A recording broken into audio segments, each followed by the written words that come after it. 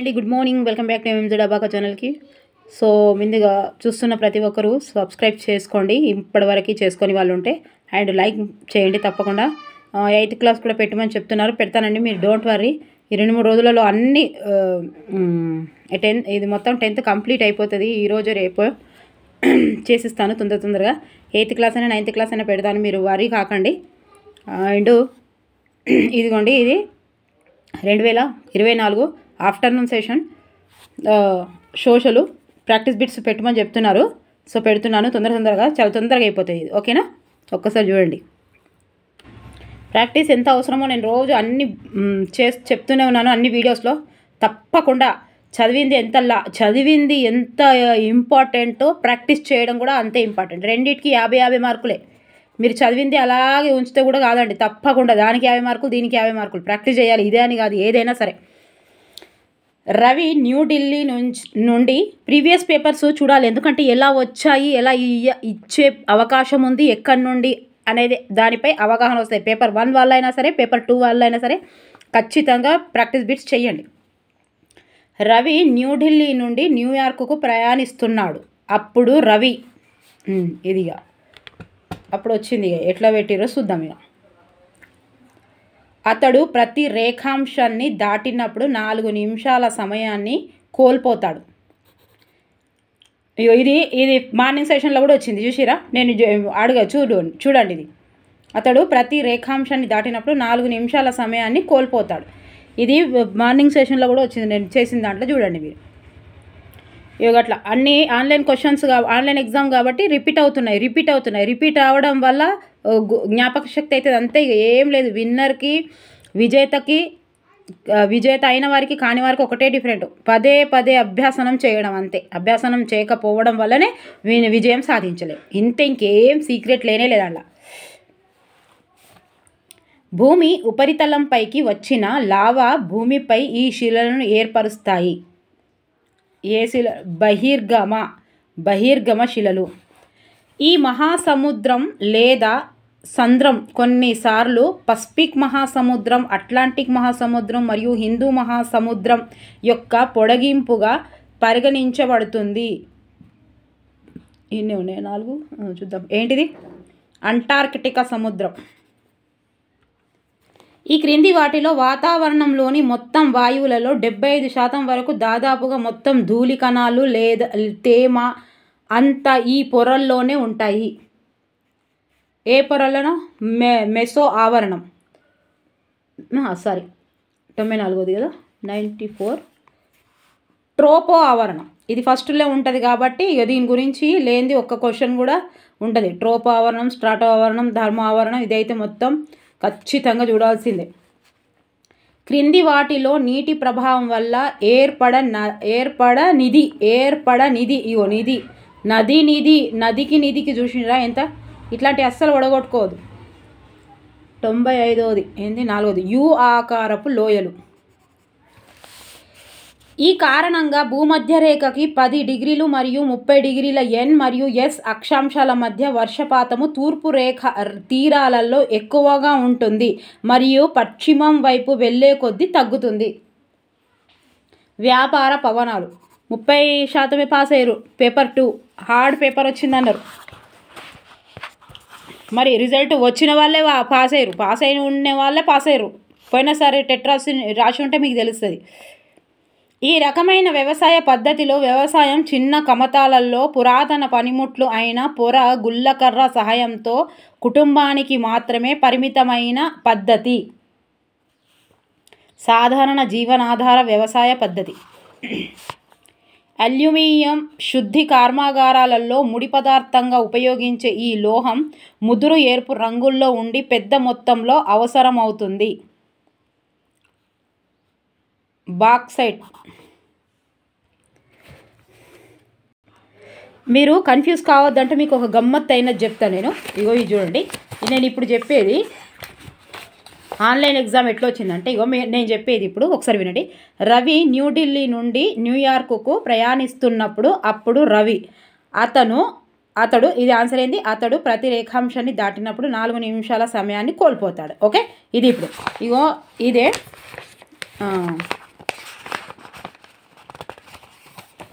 ఇగో morning సెషన్లో వచ్చింది, నేను చేసింది వీడియో చేశాను చూడండి మీ దగ్గర ఉంది. ఇగో మార్నింగ్ సెషన్లో వచ్చింది. రవి అదే పేరు ఇచ్చిండు. రవి న్యూయార్క్ నుండి న్యూఢిల్లీకి ప్రయాణిస్తున్నప్పుడు అందుకు అతను, ఈ ఆన్సర్ ఇక్కడ ఏంటంటే అతను ప్రతి రేఖాంశాన్ని దాటినప్పుడు 4 నిమిషాల సమయాన్ని అదనంగా పొందుతాడు. చూసిరా, అంటే అక్కడ ఇచ్చిన క్వశ్చన్ ఇక్కడ ఇచ్చిన క్వశ్చన్ వేరే, కానీ టాపిక్ అదే నుంచి ఎట్లా ఇచ్చిండో చూడండి. ఇంకోటి సెకండ్ వన్ కూడా, ఇంకో లావాలో కొంత భాగం భూమిపైకి చేరకుండానే క్రింది పొరలలో చల్లబడి శిలలుగా గట్టిపడుతుంది. వీటిని ఏ శిలలు అంటారు? ఇది మార్నింగ్ సెషన్లో ఇచ్చింది. ఇగో ఇప్పుడు ఇచ్చింది. ఇప్పుడు భూమి ఉపరితలంపై వచ్చిన లావా భూమిపై ఈ శిలలను ఏర్పరుస్తాయి. ఇగో మార్నింగ్ వచ్చింది అంతర్గమ శిలలు, మధ్యాహ్నం వచ్చింది బహిర్గమ శిలలు. అంటే అండ్లకేలా ఇచ్చిండు, ఒకటి అది ఒకటి ఇస్తుండు. ఇగో ఇంకా చూపెట్టాలంటే ఇంకోటి చూపిస్తా.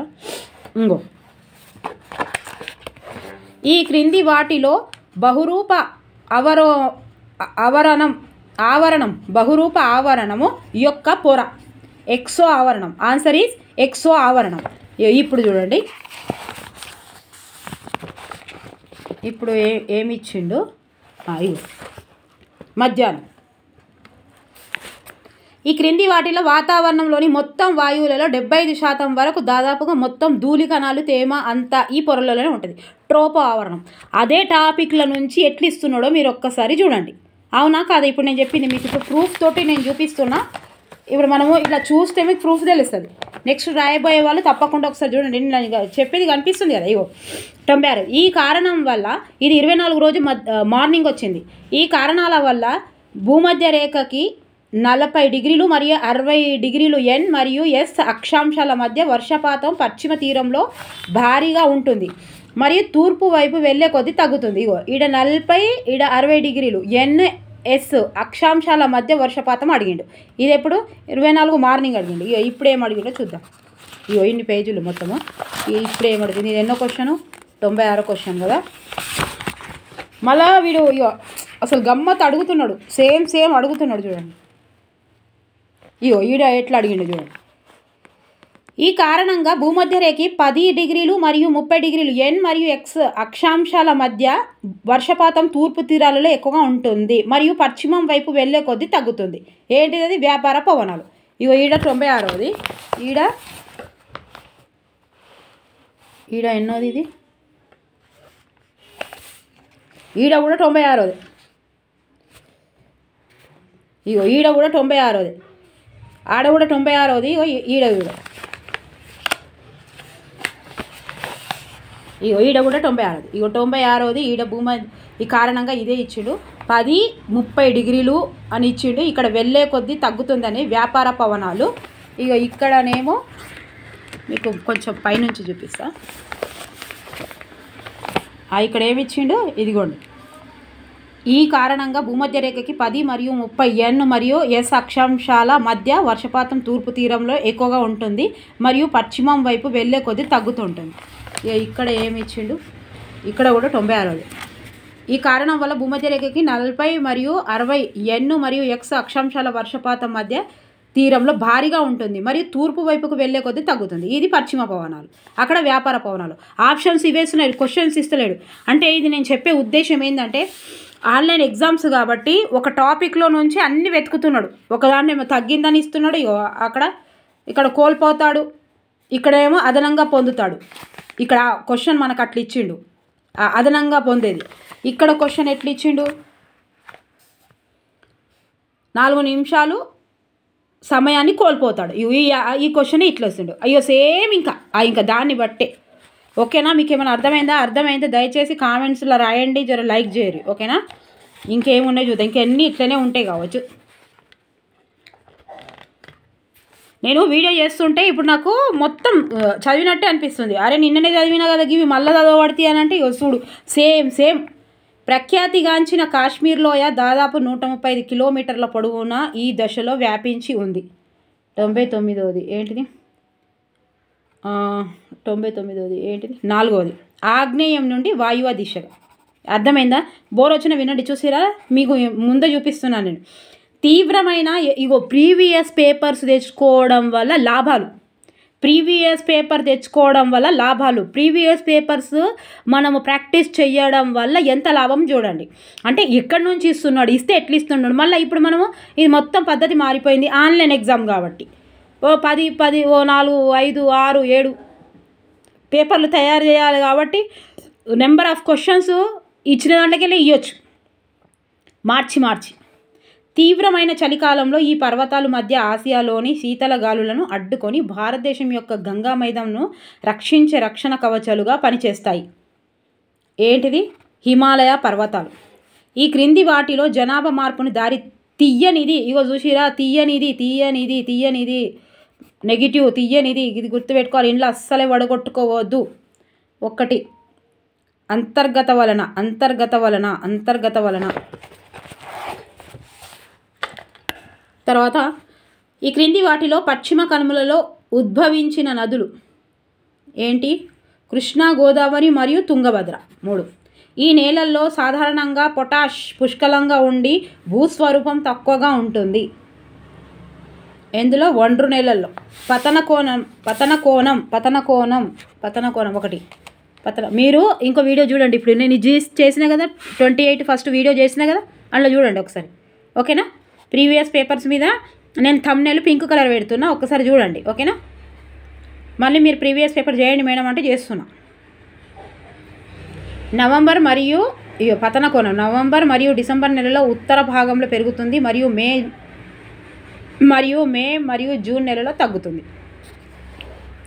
గోదావరి నది ఈ ప్రాంతం వద్ద బంగాళాఖాతంలో కలుస్తుంది.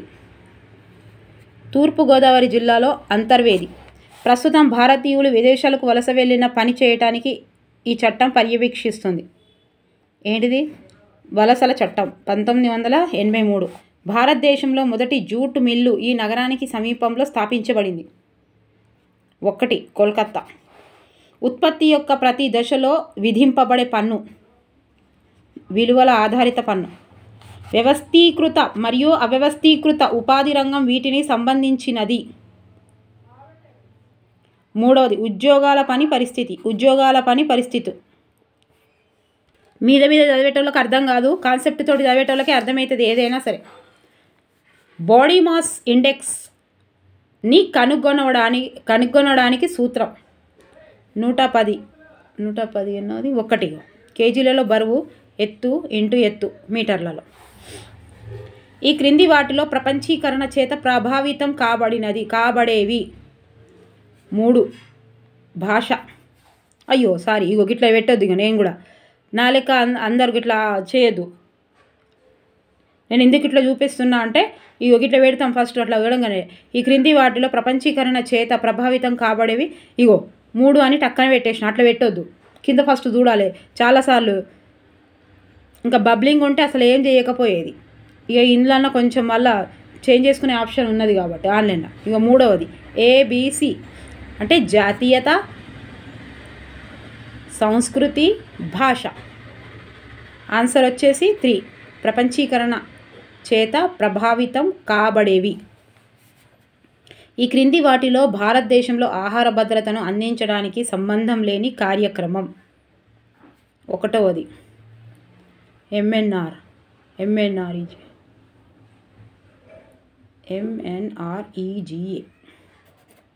12వది ఈ క్రింది వాటిలో భారతదేశంలో ఆహార భద్రతను అందించడానికి సంబంధం లేని PDS, ఇది ఆహార భద్రత. MADM, ఇది ICDS, ఇది ఇవన్నీ ఇది లేనిది. కాలుష్యాన్ని పర్యావరణం గ్రహించి ప్రమాద రహితంగా మార్చే సామర్థ్యాన్ని ఇది తెలియజేస్తుంది. 1వది శుద్ధి చేసే విధి. ఈ క్రింది వాటిలో భారతదేశంలో 2017-18 ప్రకారం ఉపాధిలో అత్యధిక వాటా కల రంగం. 4వది వ్యవసాయ రంగం. ఈ క్రింది వాటిలో కౌటిల్యునికి అర్థశాస్త్రంలో చేర్చబడనిది చూసిరా ఇట్లా ఇస్తున్నాడు. 4వది చంద్రగుప్త మౌర్యుని శాసనాలకు సంబంధించిన సమాచారం ఎలా ఇవ్వాలి. శంకరాచార్య దీనిని ప్రబోధించాడు. 2వది జీవాత్మ పరమాత్మ ఒక్కటేనని, అదే పరమ సత్యమని, అదే అంతిమ వాస్తవకత అని ప్రబోధించాడు. మనం చూసినాం కదా, చదివినాం కదా.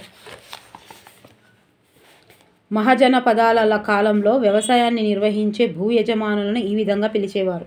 ఈ పేర్లు తప్పకుండా వస్తాయండి. రెండవది గృహపతులు. గ్రహపతులు. మెగాలిత్ అనగానేమి? మెగాలిత్ అనగా రెండవది ఒక పెద్ద రాయి.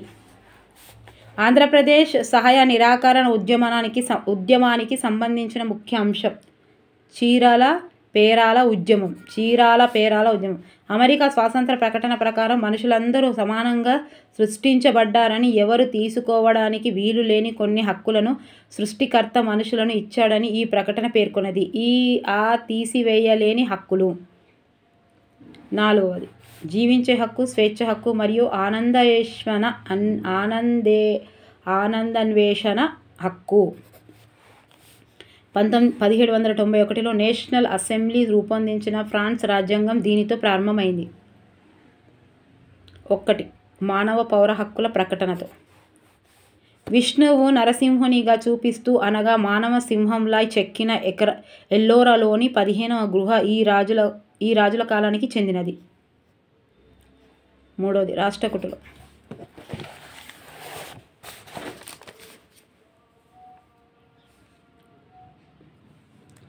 ప్రధానంగా నగరాలకే పరిమితమైనప్పటికీ బ్రిటిష్ ప్రభుత్వానికి వ్యతిరేకంగా జరిగిన మొదటి అఖిల భారత పోరాటం రౌలట్ సత్యాగ్రహం. 1946 బ్రిటిష్ క్యాబినెట్ పంపిన 3 సభ్యుల మిషన్లోని సభ్యులు స్టాఫోర్డ్, క్రిమ్స్, పెథిక్, లారెన్స్ మరియు అలెగ్జాండర్. ఈ క్రింది వాటిలో కాకతీయుల జారీ చేసిన బంగారపు నాణెం శ్రీ అహిత గజకేసరి. ఎప్పుడు వస్తూనే ఉన్నాయి. ఈ క్రింది వాటిలో ఒక్కసారి ఆ వీడియో కూడా చూడండి, తెలుస్తుంది. ఈ క్రింది వాటిలో ఈ కుటుంబము మెటలర్జికల్ పరిశ్రమలో విప్లవాన్ని తీసుకొని వచ్చింది. అబ్రహం డార్బీ కుటుంబం. సరి అయిన దారిని గుర్తించండి.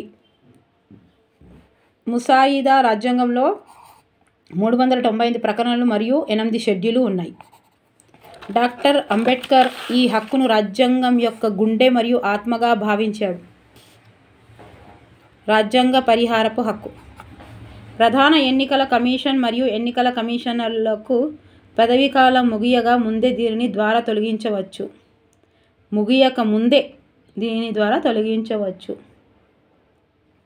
4వది పార్లమెంటు ఉభయ సభలు ప్రత్యేక మెజారిటీతో సిఫార్సు చేస్తే రాష్ట్రపతిని తొలగించవచ్చు. ఈ క్రింది వాటిలో ఎవరు భారత రాష్ట్రపతిని ఎన్నుకునే ఎలక్టోరల్ కాలేజీలో భాగం కాదు? రాష్ట్ర శాసనసభ మండలికి ఎన్నికైన సభ్యులు. క్రింది వాటిలో సభ్యుడు కాని వ్యక్తి ప్రెసిడెంటింగ్ అధికారిగా ఉండగలడు. రాజ్యసభ. 73వ రాజ్యాంగ సవరణ చట్టం 1992 దీనికి సంబంధించినది. 1 పంచాయతీరాజ్ సంస్థకు రాజ్యాంగ హోదా కల్పించారు. 72 అండ్ 73, 74 కూడా చెప్పండి. 73, 74, 72, 73. ఉమ్మడి జాబితా కింద పేర్కొన్న విషయాలపై చట్టాలను వీరు రూపొందిస్తారు. కేంద్ర ప్రభుత్వం మరియు రాష్ట్ర ప్రభుత్వం.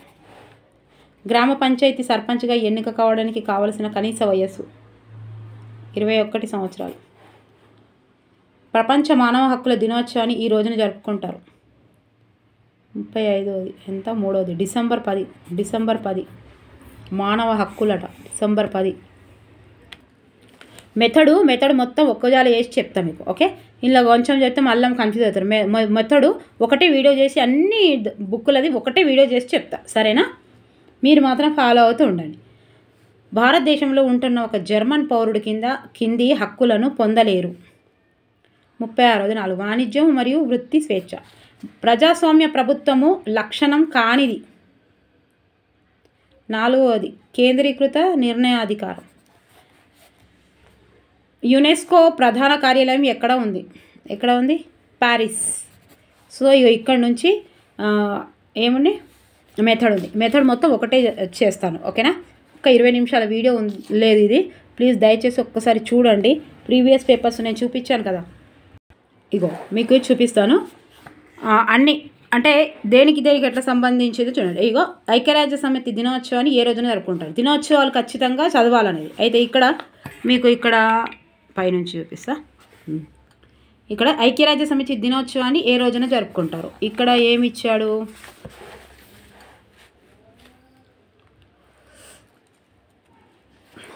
ఇక్కడ ప్రపంచ మానవ హక్కుల దినోత్సవాన్ని ఏ రోజున జరుపుకుంటారు అంటే ఈ ప్రపంచ దినోత్సవాలు ఈ దినోత్సవాలు ఇగో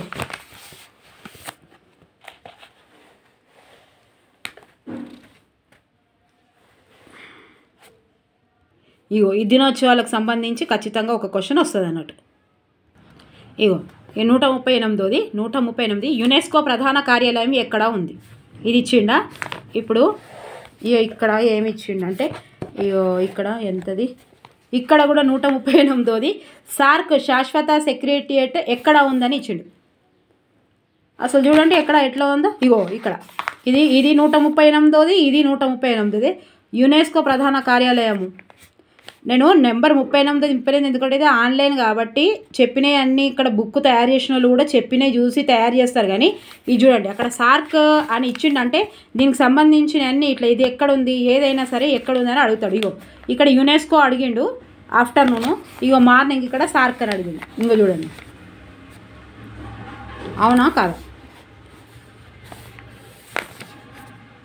అసలు టోటల్గా నేను చెప్పే ఉద్దేశం ఏంటంటే ప్రీవియస్ పేపర్స్ చెయ్యాలి చేస్తే అంటే ఇప్పుడు యునెస్కో ఉంది, ఇంకేమున్నాయా, ఇక ఎక్కడున్నాయి ప్రధాన దినోత్సవాలు, రోడ్డు భద్రత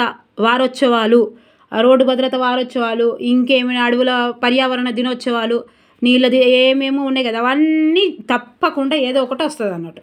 అంతే కదా, అంతేనా. నచ్చితే మాత్రం లైక్ చేయరి, సబ్స్క్రైబ్ చేయరి, షేర్ చేయరి ప్లీజ్. ఫస్ట్ టైం ఎవరైతే చూస్తున్నారో ప్లీజ్ దయచేసి లైక్ చేయండి. అబ్బా లైక్ ఎందుకు చేస్తలేరు నాకు అర్థం కాదు. అందరూ చదువుతారు, అందరూ గంటలు చూస్తున్నారు, లైక్ చేయడం మర్చిపోతున్నారు. దయచేసి లైక్ చేయండి, మొత్తుకుంటున్న లైక్ చేయడం వల్ల.